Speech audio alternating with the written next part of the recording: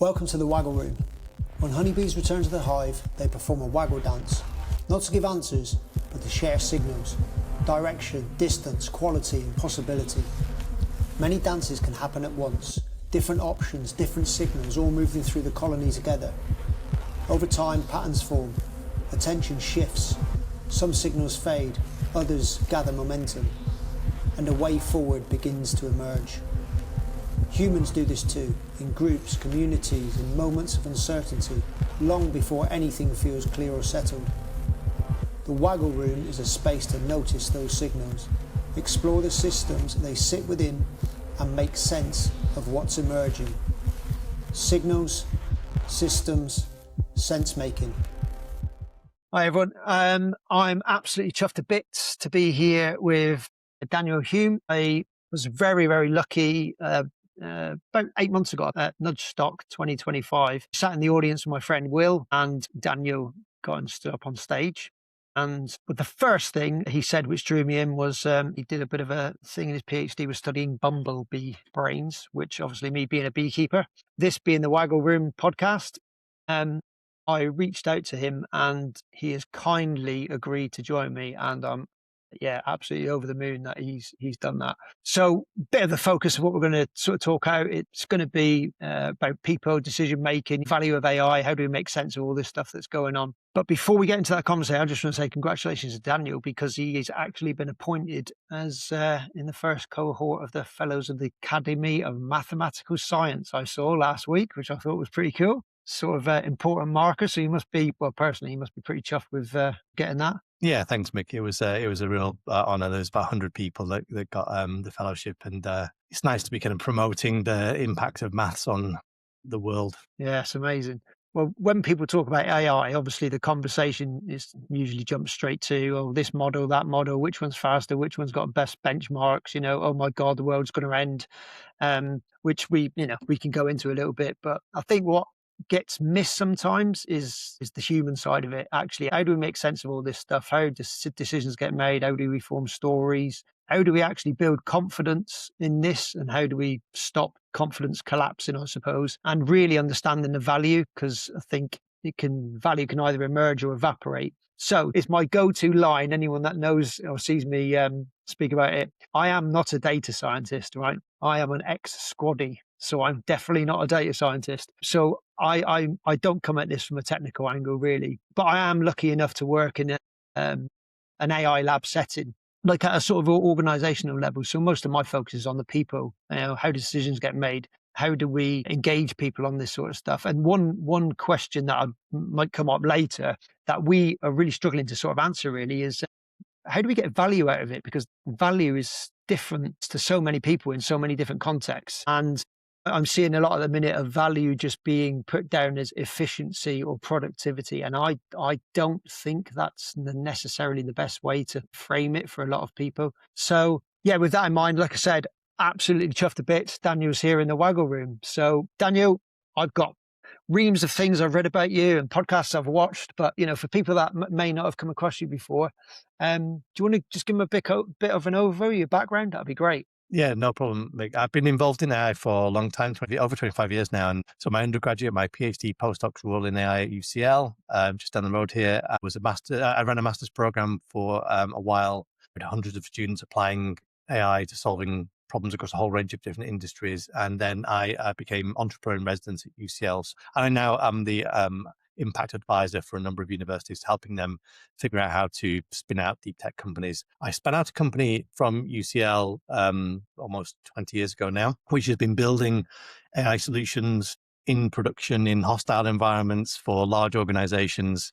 I scaled that to about 120 deep AI experts. I then sold to WPP, the biggest marketing company in the world, about 4.5 years ago, where I now run AI across about 100,000 people. I'm the chief AI officer, and WPP give me a lot of freedom. And so they've supported me in spinning out companies from WPP. One of them is called Conscium, which is trying to solve machine consciousness, but there's some very interesting and commercially exciting opportunities in pursuit of that goal. And I get involved in all sorts of things, from investing in companies to philanthropy to advising companies. So I just want to make sure that people are using technology and AI to make a better world. I saw you at Nudge Stock when you said you're not driving around in a gold-plated Lamborghini. I think it was you. You said so. I'm just double checking that you're not driving around in that gold-plated Lamborghini at the minute. No, I think what I refer that to is that AI is going to allow us to increase consumption. And actually, as far as I'm concerned, now being in the world of marketing, consumption really does typically give people access to goods and services that enrich their lives. I know we all know the rhetoric, which is like, corporates and marketing is there to exploit your unconscious biases to sell you stuff you don't need. I think that it's nonsense. But of course, there are people that overconsume. There are people that do want a gold-plated Lamborghini. As far as I'm concerned, if you want a gold-plated Lamborghini, you also need a therapist. Most of the people I know that have become economically free are not trying to accumulate more stuff. In fact, there's strong correlations with having more stuff and making you more unhappy. I think most sane people that I know that become economically free, they're trying to use their time, their effort, their assets to try and contribute somehow to humanity. It's important, I think. Obviously, this is not a bee podcast. Every time I open up my beehive and I see the bees doing the waggle dance, and I think, blimey, how are they sending all these signals in the pitch black, flying in from all over different parts of the environment that they come to? And they don't tend to over-optimize for the nectar sources. In fact, Rory Sutherland talks about this in his alchemy book. But I'm interested in, is there any correlation between bees' brains and AI and anything in common? Massively. I mean, let's isolate the word I, intelligence. And the reason why I was studying bee brains 22 years ago is because bees have 1 million brain cells. Their brains can fit on the end of a needle. As you know, they navigate 3D worlds. They talk to each other. They recognize objects. They solve problems. And the question was, can you build that type of capability in a machine? And actually, their visual system is about 200,000 neurons. And if we were able to replicate the ability of a bumblebee's visual system in a machine, it would have been the most powerful visual machine that we would ever built. Understanding how biological brains navigate the world, we can then use that as inspiration to build algorithms or AI to help us to build systems that are smarter. There's a really bad definition of intelligence, which is probably the most popular definition of intelligence, which is getting computers to do things that humans can do. And it's a terrible definition because there are many, many books out there that will convince you that humans are not very good at making certain decisions, as you all know.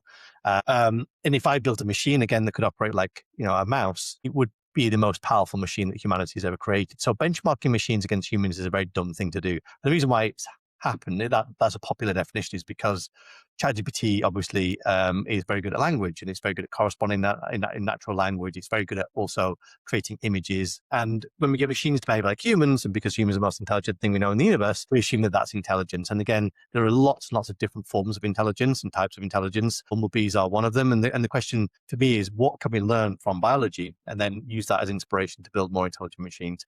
This whole field actually in computer science is called neuromorphics. It's our brains don't propagate numbers. GPUs are really good at multiplying numbers together, which is one of the reasons why Nvidia's share price is so good. It's because GPUs are good at multiplying numbers, but our brains don't need a nuclear power station to run. Our brains operate on the power of a light bulb, and our brains spike. They communicate through neurons through spikes, and you can contain a lot more information with a lot smaller packets.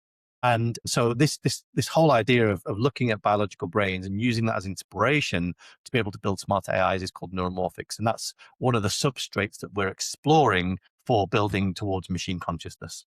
With that, just thinking about, how GPT transform architecture, what I know about how it works in a very, very broad sense, which isn't much. But I know,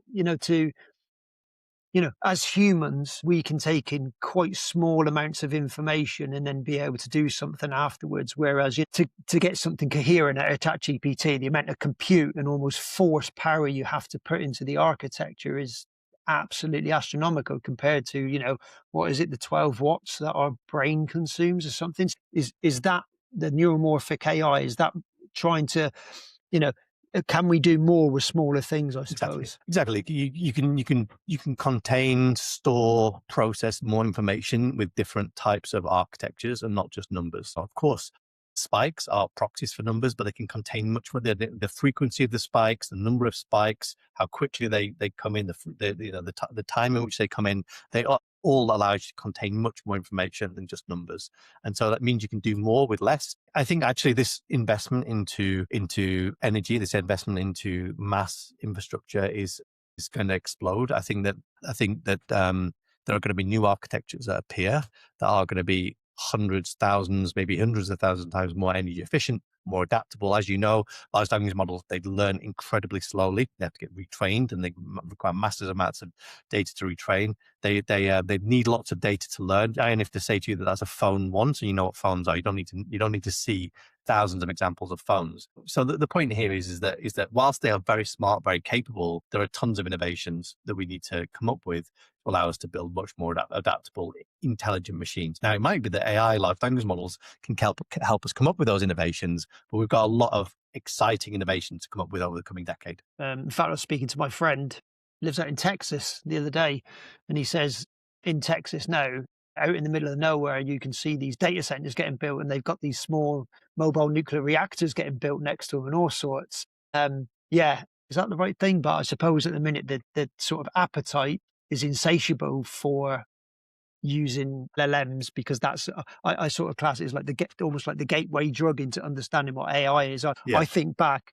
I look back now and I think back in history, and I think there's like almost a day for people like me. There was a day before ChatGPT and there was a day after ChatGPT, and maybe it's different because you've been in it for so long. But for the majority of the public, I can imagine that's how a lot of people feel. I don't think it was different actually. I know a lot of people in this field that it was a surprise to them. It was a surprise to them both. That something happened around sort of this larger cluster of neurons, which is essentially its ability to have a world model that makes somehow sense of the world. And then the fact that it was embraced so quickly by humanity and it caught people's attention, I think that surprised everybody. So when you're talking about consciousness, I think you know Anil Seth, don't you?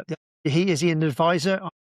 I've read his book. I mean, he's amazing. In fact, I watched another podcast with him on it yesterday. The thing I find interesting is obviously you've got this company which is looking at consciousness within machines and stuff. And I could get this completely wrong, but I think he's quite on the side of this isn't possible, or this isn't the way to go about it. So I'm really interested in how you have that critical thinking between yourselves about trying to solve that problem, and what is the actual way you go, what route you actually take to solve that. So one of the reasons why we have advisors is they have different perspectives, and we really value Anil's perspective. Anil will say it's almost impossible to have machines that are conscious. And then Mark Solms, and one of our other advisors, who's an incredible academic in South Africa, will say that he's on the cusp of building machines that have rudimentary consciousness. So now, actually, we're writing a book called Perspectives on Machine Consciousness, where we've got a handful of leading thinkers around the world to provide contributions, chapters to that book. I've written my own chapter where I essentially unify intelligence and consciousness. And this is going to sound incredibly arrogant, but I think I've got my head around consciousness. For me, it shifts the question not from whether machines can or can't be conscious, is what is required for a system to suffer? What is a system to feel pain, or for a system to feel lonely, for example? Now, for pain, you might have to have receptors and embodiment. For loneliness, maybe not. So my paper or the chapter that I've written is helping people understand that intelligence and consciousness are different things, and people often convolute them. But yet there's how these two things come together.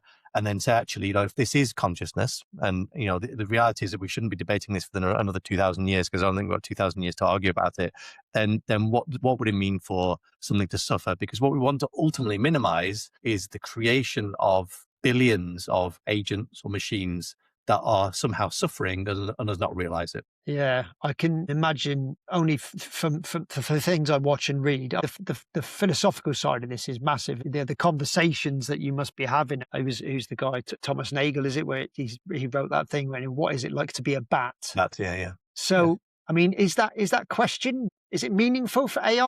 think it's a distraction. I think this concept of the hard problem by Chalmers is also a distraction.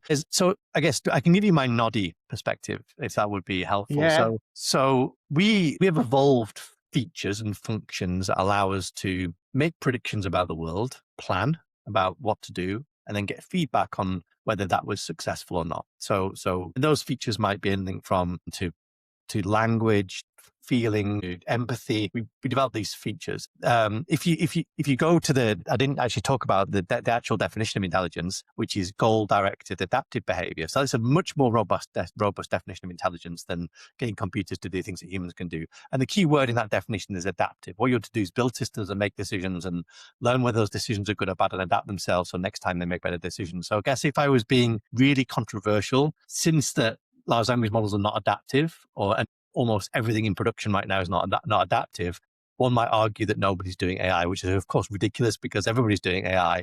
But this concept of adaptation crops up in Einstein and Darwin. Imagine each one of these features being like a segment on a color wheel. So your language ability, as you bees speak to each other, their language ability hopefully is less than mine. I've got a wider segment. Sometimes I might not agree with that. And so you've got all of these different features that allow you to make predictions and learn about whether those predictions are good or bad. And some of them have different widths based on your ability to do planning. Like hopefully, again, a bumblebee's ability to plan is probably shorter than my ability to plan. And I guess when you start to put these features in motion, when you create a system that has prediction and then feedback in motion, when you spin that color wheel, what emerges is white if you've got all of the colors. And so there is this concept in consciousness theory called illusionism, and I don't like it because it feels like consciousness is not real. It's not true. It's an emergent property of these things. I think Carl Friston called it the beautiful loop and the free energy principles. It's these things that are all interacting to allow us to interact and adapt to a changing world. And what happens is that consciousness emerges from that, just like white from a color wheel. And when you stop the color wheel and you try to isolate consciousness, the white disappears, which is why I think nobody's being able to find it in the brain. And so for me, I think that for me helps me understand what consciousness is. Again, the question now I have to ask myself is, if that is true, what segments do you need and what size of segments and in what motion do you need to put a system in for it to feel pain or suffering? So one of the questions I was actually going to ask you, because I'm just interested in this, is the free energy principle. And I've read a bit about the stuff Carl Friston's done. Seen him explain it in a very simple way. It's like we're trying to reduce surprise. We're trying predictive machines. So a large language model, obviously, it's predicting the next most statistical word. But the difference, I suppose, is it's not embodied like we are. So how are we all? Not everyone, but there's lots of people who are constantly coming out and saying AI is conscious. Large language models is conscious. This thing today with Claude Bot, which was then Moltbot, now it's become OpenClaw, whatever it is, you read all these different feeds. People are thinking it's got emergence and all sorts. So where do you think this confusion's coming from? Well, so I think I get an email every day from somebody saying to me that their AI is conscious, and it's easy to assume that they are. I think some people suggest that we should be pathologizing people that think these things are conscious. It's not. It's just that's ridiculous. 67% of the population believe that these things are conscious, and build relationships with them. Some healthy, some unhealthy. And so we need a mechanism to at least determine consciousness, or what I would argue determine suffering. I don't think that large language models are conscious, and I don't think that they are suffering. But again, we need robust rubrics and metrics to be able to assess this. I think they mimic that behavior. And actually, one of the things I suggest is that we should be looking at these things in two ways. One is their external behavior. If it's reporting that it's suffering, if it's behaving the way that it's suffering, if it's flailing around, if it's if it's behaving the way that looks like it's suffering, then that's one perspective. The second perspective, okay, how would we look at its internal biology, let's say, and see if there's some sort of correlation with things that we know are suffering biology. So if I, for example, pulled the wings off a bumblebee, what would be going through its brain and body, and would its brain pathology, the spikes that go in its name, could we draw correlations between that and the signals that are going through a large language model. And then in theory, we'd be able to see whether something is simulating suffering or something is suffering. But again, there's a lot of research that needs to get done, which is one of the reasons why I started Conscium, and I've also started a not-for-profit called Prism, which is also trying to lean into these questions. But because I think that we really need to focus our attention on minimizing the risk of potentially creating AIs that could feel harm. Right now, I don't believe that large language models are suffering. And again, it goes back to this idea of the difference between pain and suffering. Could a large language model, because something that's not embodied, feel loneliness? Argue you need a body to feel pain, but you might not need a body necessarily to feel loneliness. And then these are the big questions that we need to lean into. What happens when it becomes, I don't know, I'll use the word embodied in robotics, I suppose, because then it's not just text, it's now doing and using the power of AI as well. I mean, do you think that's the next step to almost solving some of that? Well, let's go back to this idea of this color wheel. Arguably getting feedback from the world, so maybe sensory feedback, things like that, is one of those segments. Now, large language models don't have sensory feedback, and this is why I think it's important to isolate or identify what are those segments and necessary for pain and suffering. Again, you might not need embodiment to have loneliness, but you might need embodiment to feel pain. I do think, though, that if we do put brains in robots, and maybe again they're not large language model brains, maybe they are neuromorphic brains, because neuromorphic brains are more adaptive. They have the ingredients to spawn consciousness in the way that biology is to spawn consciousness. It might be again that large language models are not the right substrate. It might be that neuromorphics is, but I think we're ultimately converging on an issue. And we need to solve for it. And again, philosophers are going to be debating for the next 2,000 years about definitions, and I don't think we've got 2,000 years to solve that problem. I think we've got 5. Yeah, it's going to be a wild ride over the next few years. I mean, coming back to your nudge stock talk, I literally say this. I've said it to somebody today. We don't have a data problem. We have a decision making problem, and it just stuck in my head. That could be for AI, that could be for working with teams or anything. Why are we so drawn to the sort of shiny tech, this is going to solve all my data problems, when actually you don't even know how to use it? Oh, give everyone a £40 Copilot license. That will sort everything out. Exactly. Yeah. So I guess in my talks, I say, look, there's for the past 15 years, we've been told to build data lakes and put Tableau on top. And the expectation is that by extracting insights from data and giving those insights to human beings, it'll lead to better decisions. Giving human beings better insights doesn't typically lead to better decisions. And so I've been building AI solutions for a long time, and I always start out with the problem and say, what is the problem that we're trying to solve? And then what's the right solution for that problem? It might not even be a technological solution. It might be something else. And then what's the right methodology? What's the right data that we need to be able to solve that problem? I think what tends to happen is that we do get excited about technology, and people try and build careers around those technologies. Now, 10 years ago, it was data science and machine learning. Now it's generative AI.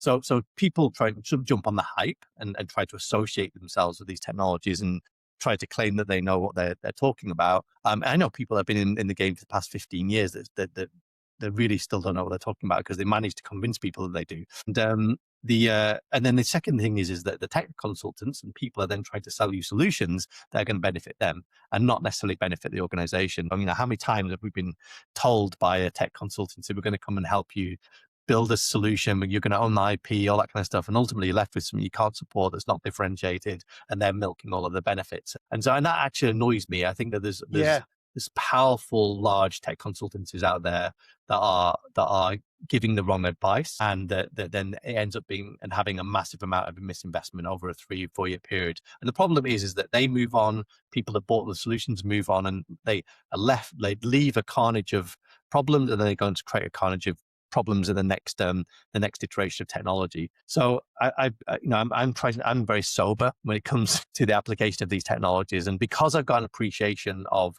different types of algorithms, not just large language models, but machine learning and optimization and RPA, whatever. I've got an appreciation of different types of algorithms. I've got a sense of what technology will work for what problem.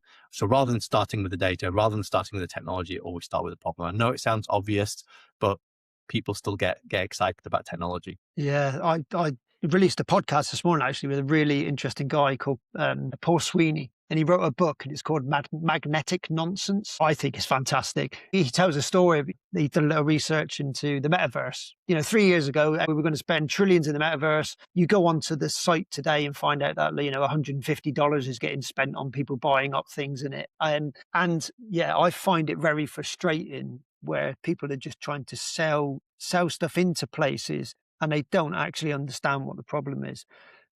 So I spend a lot of my time with the team, and it's one of the first things I say is actually, do you think AI? Do you need to use AI to solve this?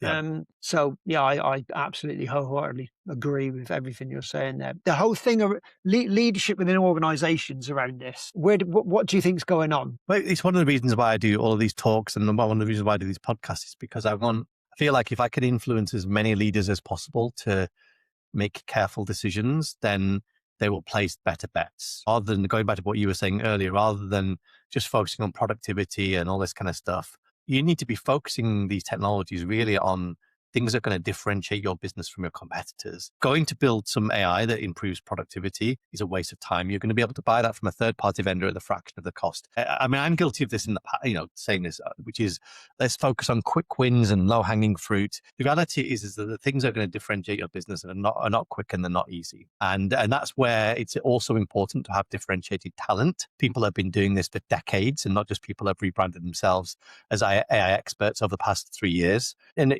so I spend a lot of my time educating leaders. And the 4 red flags that I often talk about are, if you've never built and deployed software in your organization, you're probably going to struggle deploying AI. Yeah. And if somebody comes along and tells you that they're going to help you build software and deploy it, I would be careful to believe them.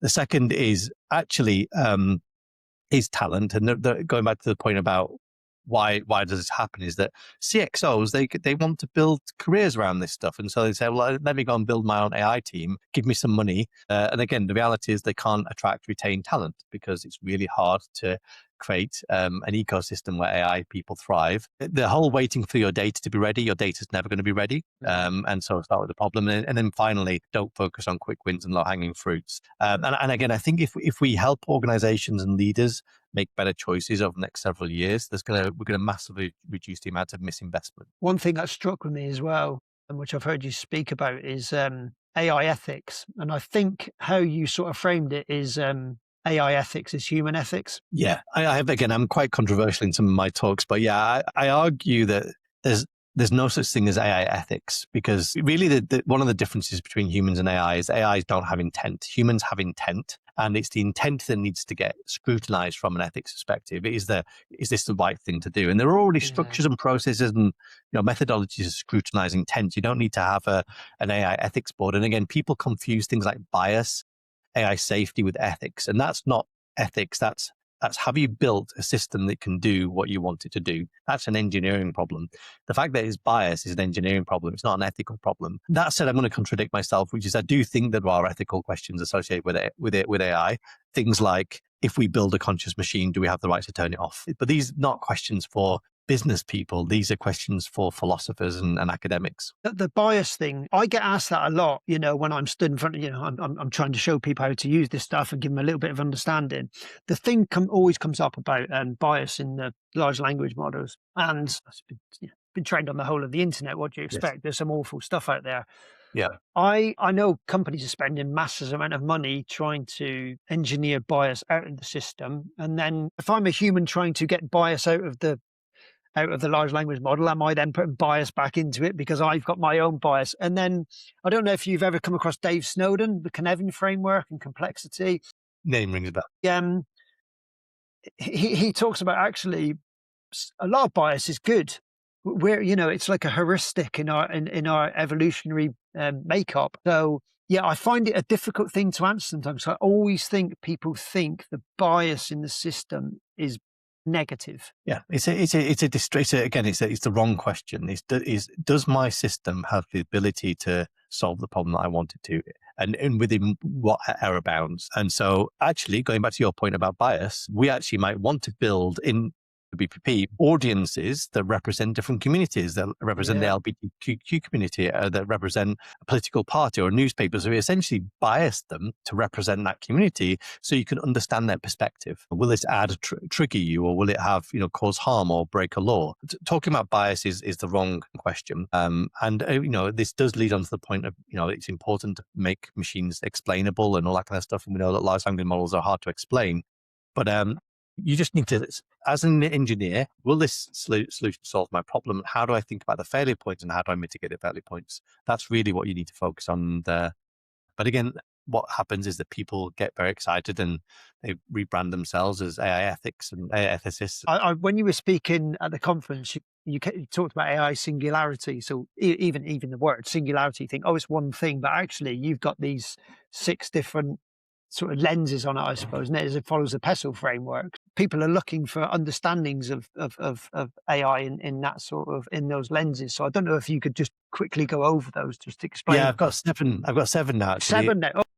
Yeah, PEST is it's a macro framework. If anybody's done a business degree, it stands for 4 macro words: political, economic, social, and technological. And I spotted a number of years ago there were at least 3. There was the technological singularity, which we'll talk about in a second, the economic singularity, which is coined by a very good friend of mine, and then the environmental singularity, which is a point in time either we gain or lose control of our ecosystem. And I realized those were 3 words of PEST. PEST got extended to PESTLE, and actually the steeple of singularity. So I've now got 7, which is beautiful because the 7th is beautiful. So yeah, the social singularity is when we cure death. And again, I'm not an expert in this field, but there are scientists that believe there are people alive today that don't have to die. And I think if we start to realize that we can not die, it will change how we organize ourselves as a species. We know how we educate ourselves, our relationships, all that kind of stuff. The second singularity is the technological singularity, which is when we build a machine 1 million times smarter than us, and we don't know what will happen if we become the second most intelligent species on the planet. The E, actually, the new E, stands for ethical singularity, which is the point in time where we build machines that are conscious. And then what rights does that have? How should we deal with this new sort of entity that might have moral patienthood? The next E in steeple is the environmental singularity. So this is the point in time either we lose or gain control of our ecosystem. I actually think that if we apply AI in the right way to solving problems across our supply chains, we can get control of our ecosystem. The P, which stands for the political singularity, which is arguably we're already living in this singularity, which is the post-truth world, and how AI is challenging the fabric of our reality. It's challenging our political foundations, but it's also challenging the fabric of our reality. The L is the legal singularity, which is essentially when surveillance becomes ubiquitous. I guess what I mean by that is that AI is getting very good at understanding people. It's actually getting very good at influencing people. Look, marketing is in the business of influence. And of course, we do that safely and responsibly. But I see these technologies as being incredibly powerful influence, and we need to mitigate bad actors from using them to accumulate more wealth and more power. And my favorite singularity is the economic singularity, which is coined by Callum Chase, which is a point in time where we automate the majority of human labor. And I guess my perspective there is that there is a concern that if we free up people from jobs over the coming years, then if that happens a lot, then we could see our economies not being able to rebalance fast enough and it lead to social unrest. But the counter argument to that is that by removing friction, which often means, unfortunately, human labor, you can bring the cost of goods down so much that they become free. So imagine being born into a world where you don't have to do paid work, but everything you need to survive and thrive as a human is abundant. Your healthcare, your education, your transport, your energy, it's all free. I can go into a lot more detail in each one of them, but those are the 7. Brilliant. Well, so are you saying I can just do full-time beekeeping? Well, so yeah, that's the question. That's my punchline next, which is, what would you do with your time if you were totally economically free? What would you do with your time? So you would indulge in your hobbies, but that's not a 16-hour job, is it? It can be in the summer, mate. Yeah. So what else would you do with your time? So you indulge in your hobbies? I'm indulging my hobbies. What else would I do in my time? Well, I mean, the usual thing. I've got 10-year-old twins. Okay. Spend time with your family? way much more time with my family. I'd volunteer. Travel? Yeah, there we go. So if you keep pushing people hard enough, they said they'll travel, indulge in that. Push people hard enough, they say the same thing, which is, I want to do something that makes the world a bit better, whether it makes the lives of bees better or the environment better or animals or the people better. some people, I think, have an innate desire to want to make the world better. I don't think we would have survived as a species if we hadn't. And I know the rhetoric, humans are selfish and all that kind of stuff. We would not survive as a species No. if everybody was purely selfish. But there is a reason why we cooperate. There's a reason why we're altruistic. There's a reason why contributing to humanity makes us happy, because we want to make the world a bit better for the next generation. And I think that unfortunately we're born into economic constraints preventing us from what I would argue is living our true humanity, which is not just for ourselves, but for other people. Yeah, 100%. I mean, this whole spectrum, I listened to it. I thought it's probably one of the best podcasts I've listened to. It's called The Last Invention. Right. Fantastic. Two American investigative journalists go into the history of AI. They go into a little bit on the doomers, the accelerationists, people in the middle. I recently read, because I try to keep a broad view on what's going on. I read Eliezer Yudkowsky's book, if anybody builds it, everybody dies. I mean, even the front cover, you think, oh my God. And then you've got people on the other side, Jan LeCun and all these people saying, no, there's nothing to worry about. And then I'm a bit of a fan of Sam Harris, the philosopher. Yeah. And, I listen to his podcast. And when I listen to Sam, what I find interesting is he always brings up the fact someone is always saying whatever side they're on, like there is a risk that this is going to end humanity, and you think, good God. And you can ask the question, so why are we continuing? But I suppose we said that about so many inventions and technology over the years. Yeah, I agree.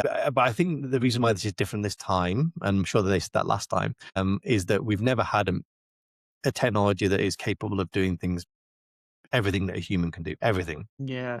Yes, automotive and pharmaceuticals and aerospace, all of those technologies have a material impact on humanity, but when they've gone wrong, they've been regulated, and they're relatively isolated. And AI, if it becomes smarter than us, we won't be able to isolate it. And that's the point of the singularity. We have no idea what happens beyond it. It's actually, I'm torn between looking for bunkers in the countryside to investing in things like Conscium to try to solve machine consciousness. The reason why to solve machine consciousness is not an academic endeavor. I thought that we were 40 years away from building a singularity, so this is building a super intelligence. And I thought we had 40 years to sort of figure out how to get humanity cooperating better, understand its impact on jobs, create some sort of abundance. And now I think we've got 5 years, and we don't have time to sort ourselves out. So the reason why Conscium exists is to try to build a machine. Now, this is a hypothesis, is a conscious superintelligence will be safer for humanity than a zombie superintelligence. So can you somehow align a superintelligence and help it understand empathy and suffering and value consciousness, and hope that it helps us navigate these complexities? Now, as we build towards that, if we get any indication that it won't, then we'll stop, and we'll be the first ones at the picket fences advocating for mass ban on AI development. But the nice thing about our approach is that we're not building superintelligence from straight away. We're gradually evolving it, just like bumblebees, from insects to higher order things. And when you start to see them becoming deviant and misaligned, then we can ask ourselves, can we control it? Can we align it? And if we can't, we need to stop. Yeah. One of the things you read of yours recently, which I thought was great, was the AI isn't a bubble. It's actually a mountain that you have to mine almost like the gold seam out of, because this comes up all the time, is, it's a bubble, it's going to burst. And actually I've parroted your essay back and I've sent it on to people and said, read this, because it's such a good analogy of, actually, do you know what? It takes hard work. You have to use this stuff. I get people coming up to me and they say, can you give me a prompt library that's going to save me all my time? I'm like, no, okay, I could give you lots of prompts, but you're never going to understand what's going on. Exactly. What context makes it best. Yeah, I really, really did enjoy reading that essay, because it just made an awful lot of sense to me. Well, I think it's important to distinguish between two types of bubbles. One is a financial bubble. It might be that there is a financial bubble. It might be that there is always speculation in these types. But often then people then assume that a financial bubble means that the technology is hot air surrounded by a thin, shiny veneer. And metaverse was a bubble. Metaverse was no way that was going to result in value. even arguably building data lakes and putting Tableau on top was a bubble. Like then to get to the point where that is actually driving value for my organization was a bit sketchy. AI is not a bubble. You just, as you pointed out, you need to figure out how and where to mine and what investment required, what expertise required, and ultimately that's working with people have a track record of striking gold. So that was the analogy. That the value thing, I said at the beginning, just a question to ask about that, because just see so much stuff now. It's all about productivity and efficiency, and my saving 10 minutes might be someone saving 2 hours, and I think it's such a almost shallow way to look at it. And I don't know if you've got a better explanation of value in relation to AI.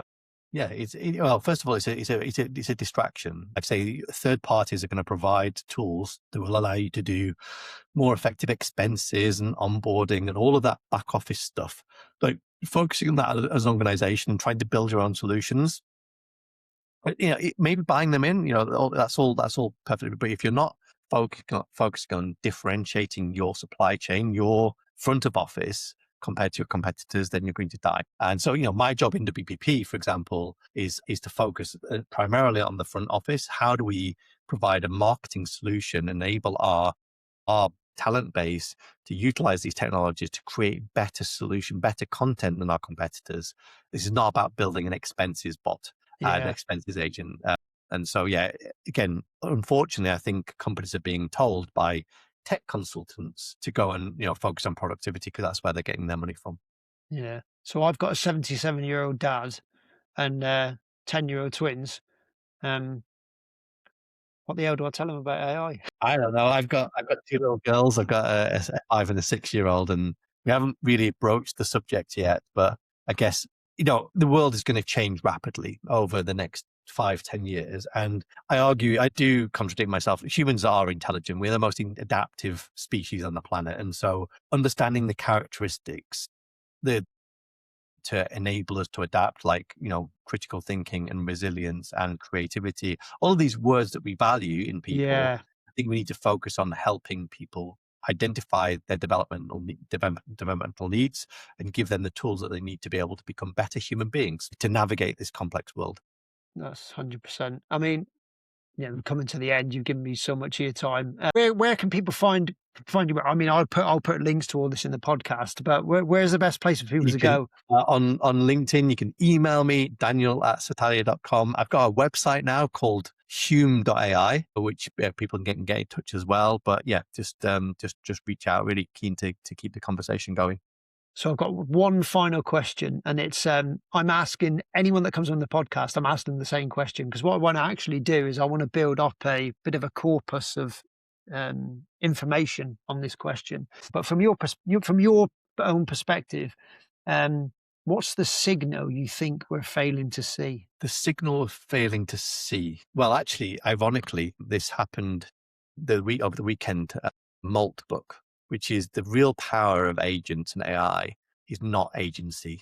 It's not productivity. It's a concept called multi-agent reasoning, which is by getting these things to collaborate and communicate, they're going to come up with things greater than the sum of the parts. And I think that if we get multi-agent reasoning plus their ability to do science right, then we might spawn that what is called fast takeoff, which is reaching singularity a lot more quickly. If you have multiple agents that can do science, that can come up with hypotheses, test each other, argue, learn from each other, you get this exponential growth in intelligence.